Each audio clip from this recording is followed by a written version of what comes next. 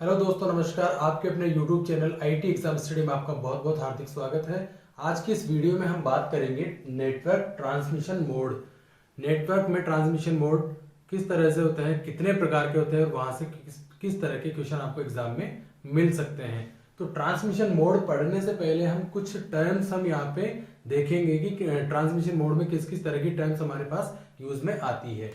सबसे पहले मैं बात करता हूँ हमारे पास नेटवर्क की।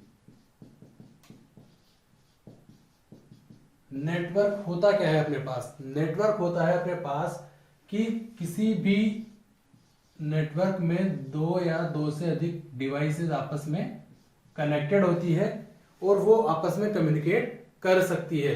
तो ये हमारा एक तरह से नेटवर्क हो गया। ये डिवाइसेस हैं, इनको हम नोड भी बोलते हैं।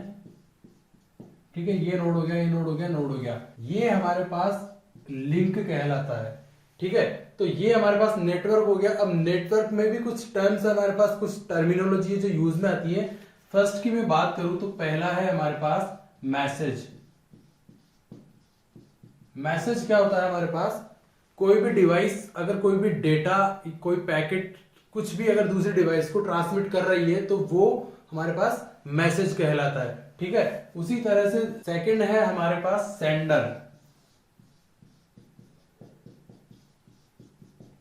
सेंडर होता है जो डेटा को भेजता है। मान लीजिए ये डिवाइस इसको कुछ डेटा भेज रही है, तो ये डिवाइस हमारे पास क्या हो गई? सेंडर। उसी तरह से हमारे पास थर्ड टर्म हो गई रिसीवर।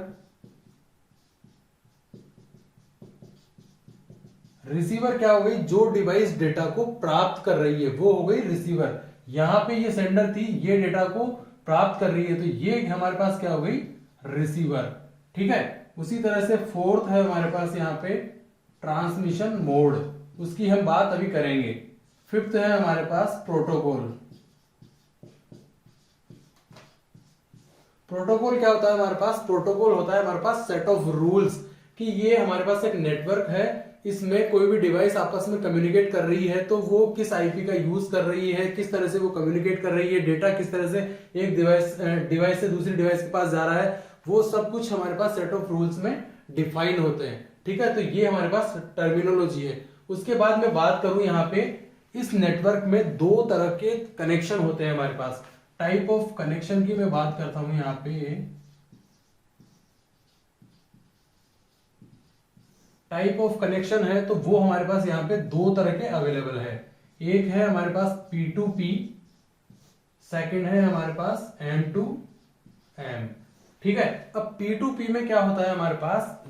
एक ही लिंक को दो डिवाइसेस शेयर करती है। ठीक है, और उसी तरह से इसको बोलते हैं हम पॉइंट टू पॉइंट, और ये होता है हमारे पास multi point to multi point. मतलब एक लिंक को दो से ज्यादा अगर डिवाइसेस एक्सेस कर रही है तो वो होगी हमारे पास multi point to multi point. जैसे मैं बात करता हूं, ये ए डिवाइस है, ये बी डिवाइस है, दोनों एक लिंक को शेयर कर रही है, तो ये हो गई हमारे पास पॉइंट टू पॉइंट नेटवर्क। उसी तरह से मल्टी पॉइंट की मैं बात करूं, ये हमारे पास कोई लिंक हो गया, यहाँ एक डिवाइस है, उसके बाद यहाँ पे कोई एक और डिवाइस है, यहाँ कोई एक और डिवाइस है, ये डिवाइस है। मतलब इसमें क्या हो रहा है हमारे पास? एक लिंक को more than two devices access कर रही है, कम्युनिकेट कर रही है, लिंक शेयर कर रही है, तो वो इस तरह का हमारे पास कनेक्शन क्या कहलाएगा? Multi point to multi point. इनको हम ड्रॉप लाइन भी बोल सकते हैं।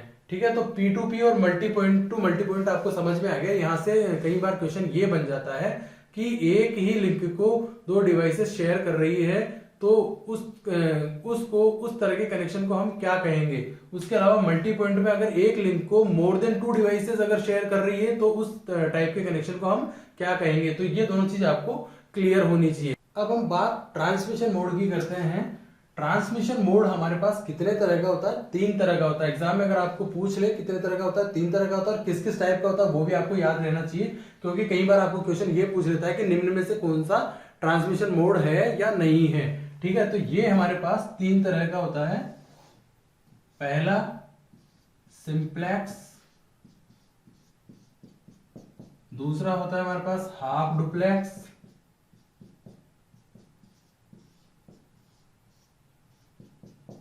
तीसरा होता है हमारे पास फुल डुप्लेक्स।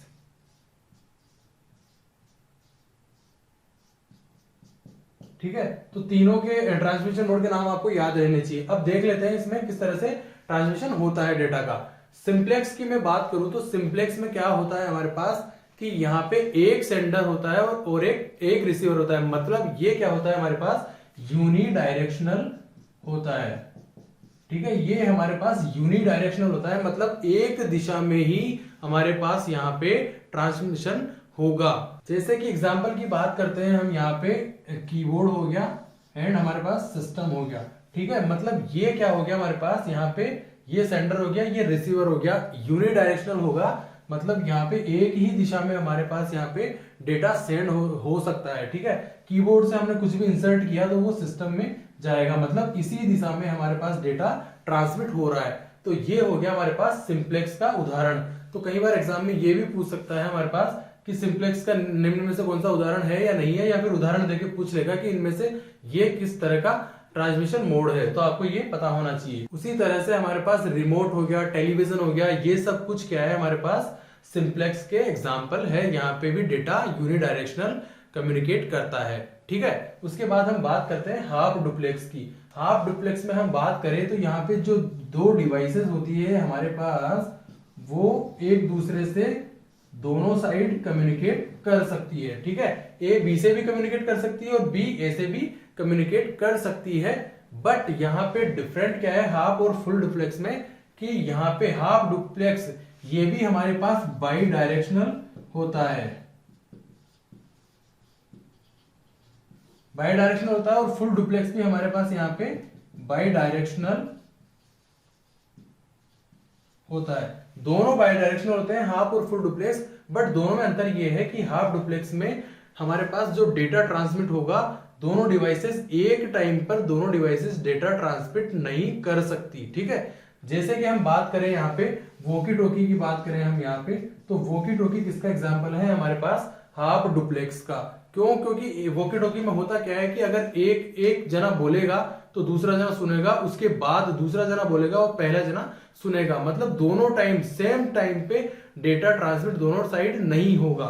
ठीक है, तो ये हो गया हमारे पास हाफ डुप्लेक्स। उसी तरह से फुल डुप्लेक्स की मैं बात करता हूं तो फुल डुप्लेक्स में क्या होता है हमारे पास, वो ही ये भी बाई डायरेक्शनल होता है। एग्जाम में कई बार ये भी पूछा जा सकता है कि निम्न में से कौन सा ट्रांसमिशन मोड बाई डायरेक्शनल होता है या फिर कौन सा यूनिडायरेक्शनल होता है।